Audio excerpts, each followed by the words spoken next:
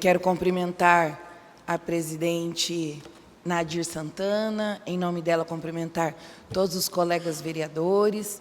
Quero também, em nome da FAB, cumprimentar todos os servidores desta casa nesta manhã e cumprimentar todos os que estão nos assistindo pelas redes sociais, cumprimentar também a imprensa local, que tem um trabalho fundamental dentro da nossa cidade. Quero falar que nessa semana eu tive a oportunidade de participar da mostra pedagógica da creche Irmãs Carmelitas, creche que faz parte também da minha história pessoal, creche que a minha filha estudou, uma creche como todas as outras dentro do município, muito compromissada, né, com profissionais compromissados, um serviço que presta um excelente trabalho para a população. Quero dizer que foi um momento ímpar, um momento onde nós tivemos contato com todo o trabalho que é realizado, né, durante o ano, assim, uma amostra do trabalho que é realizado durante o ano com as crianças, para que as famílias e a comunidade possa conhecer e ter um pouquinho mais de noção do dia a dia dos alunos do nosso município. Então, quero dizer que foi um prazer e quero parabenizar todos os servidores da creche Irmãs Carmelitas pelo trabalho realizado. Também, neste final de semana, estive participando de um evento muito importante do Ministério Graça que Cura, o ministério liderado pelo pastor Kélio Rocha, um evento que contou com a participação de 200 pessoas, e estivemos ali imersos nesses dias, e foi algo muito importante, onde Deus fez grandes coisas nas nossas vidas. Quero falar um pouquinho sobre... quero fazer um link aqui, vereadora e presidente Nadir. Hoje entra nesta casa um projeto de lei para que se institua de fato a Procuradoria da Mulher, porque nós precisamos continuar trabalhando com políticas públicas para cuidar das nossas mulheres. E, coincidentemente, nesta semana, né, nesse último fim de semana aí, nós tivemos a notícia que saiu, então, o laudo que atesta a insanidade, né, do senhor Daniel, assassino da nossa querida Gleice, né, Gleice Kelly Geraldo, que foi assassinada aos 42 anos aqui em Lucas do Rio Verde este ano pelo seu companheiro, um feminicídio constatado. Mas, infelizmente, né, nós temos situações como essa, de que existe uma impunidade para pessoas que comprovem o processo, o problema mental de alguns assassinos. Eu quero deixar claro e deixar dito que é muito importante que se leve em consideração o testemunho e o relato da filha da Gleice.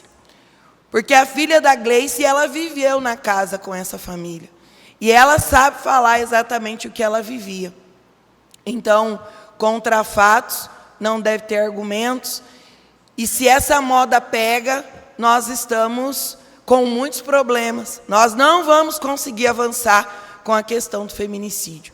Então, que as autoridades possam, de fato, olhar para esse caso, porque ele ainda não está encerrado, mas olhar para esse caso, né, com mais atenção e, de fato, analisar a situação para que as sanções sejam aplicadas corretamente, né? Então, são coisas que nos revoltam, coisas que nos entristecem, e que nós possamos avançar, né, nesses casos de feminicídios, para que a gente possa parar, tentar frear essas questões.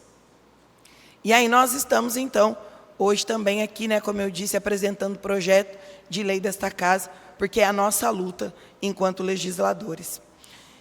Eu quero também falar rapidamente com vocês, essa semana nós vamos então viver aí o feriado, né, do dia 20, que é da Consciência Negra. Um feriado onde as pessoas dizem, é o dia dos pretos, para que existe consciência negra? Né? Então a consciência negra nada mais é do que um momento único para refletir sobre a história, sobre a nossa identidade, sobre os desafios enfrentados. Mas eu quero olhar no espelho, mas não no espelho da dor, da opressão e da desigualdade. É preciso olhar para o espelho também das vitórias e das conquistas que o povo preto alcançou ao longo dos anos na nossa sociedade e, eu digo, na nossa nação. O Dia da Consciência Negra não é apenas um dia, uma data no calendário. É a história de um povo, é falar sobre a história de um povo que, mesmo diante da escravidão, mesmo diante da violência, do racismo estrutural e da exclusão social, jamais perdeu a capacidade de continuar lutando. Não é apenas falar sobre Zumbi dos Palmares, que foi um dos maiores símbolos de resistência. Ainda hoje, nós enfrentamos a dor de perder os filhos, filhas, vítimas de violência que acontece dentro do nosso estado, do nosso país. E é sobre os nossos jovens negros que diariamente eles são alvos de estigmas e de discriminação racial e de uma educação que muitas vezes não reconhece a nossa cultura e tudo o que aconteceu na nossa ancestralidade. Eu quero dizer que aqui em Lucas do Rio Verde, na semana passada, no ensino das nossas escolas, eu conversei com uma adolescente que ela me disse, na escola, os meninos já me disseram, eu sou preta, você é preta e feia, o seu cabelo é feio, sai de perto de mim porque você é feia. E eu quero dizer que talvez não é culpa desse menino, é culpa de uma estrutura, é culpa de um racismo estrutural que nós enfrentamos e que muitas pessoas, muitas vezes sem conhecimento, elas dizem, o preconceito racial não existe. Isso é coisa da cabeça dos pretos. Eu quero dizer que existe sim. Ter a pele retinta como a minha faz diferença. E eu vejo no olhar das pessoas, muitas vezes, a questão do preconceito. Mas eu sou uma mulher bem resolvida, uma mulher que foi, na infância e na adolescência, trabalhada por uma família para viver e resistir a essas coisas. Então, eu não abaixo a minha cabeça e continuo seguindo em frente, mas, infelizmente, isso não é a realidade de muitas pessoas dentro da nossa comunidade.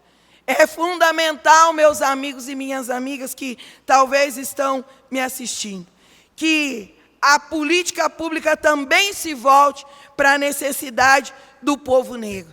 A Lei 10.639, que estabelece a obrigatoriedade do ensino da história e da cultura afro-brasileira nas escolas, foi de fato um avanço, e é um avanço, e eu disse que eu queria olhar para o espelho do avanço, mas ainda nós estamos longe de uma educação realmente antirracista e inclusiva.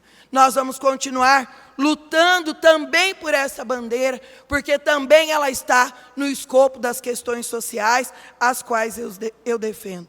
E por isso, como vereadora preta, eu me sinto na obrigação também de lutar por políticas públicas para este povo, que é o meu povo. A população negra precisa, sim, viver a inclusão, precisa, sim, ter acesso à justiça, à valorização da cultura negra, ao combate da violência racial. Quero falar sobre a importância, e peço um minuto para poder encerrar, presidente. Quero falar sobre a importância do empoderamento econômico da população negra. A população negra precisa se empoderar. Amigos, companheiros, nós precisamos nos incluir nos processos de educação que existe no nosso país. Nós precisamos estudar, porque é só a educação que muda a realidade de um povo, que muda a história de um povo. Então, estudem, busquem estudar, mesmo mediante as dificuldades, mesmo mediante a pobreza, mesmo mediante a tantas coisas que nós temos enfrentado ao longo da nossa história. Porque são nas favelas, são nos bairros da periferia que nós encontramos meninas e meninos com dificuldade, que às vezes abandonaram a escola, porque lá na escola alguém disse: seu cabelo é feio, seu cabelo é duro. Como um dia disseram para mim: cala a boca, sua negrinha, você fala demais. Mas hoje eu estou aqui, não falando demais, mas num lugar de espaço, de poder e decisão, dizendo: falar o que precisa falar faz a diferença na vida de uma pessoa, de uma família, na vida de um povo. E eu quero encerrar o meu discurso aqui agradecendo em nome da minha tia Irene, que é a pessoa mais velha da minha família hoje, e que trouxe tantas histórias do nosso povo, que trouxe com muita propriedade tanta fala de sofrimento, de exclusão que nós vivemos.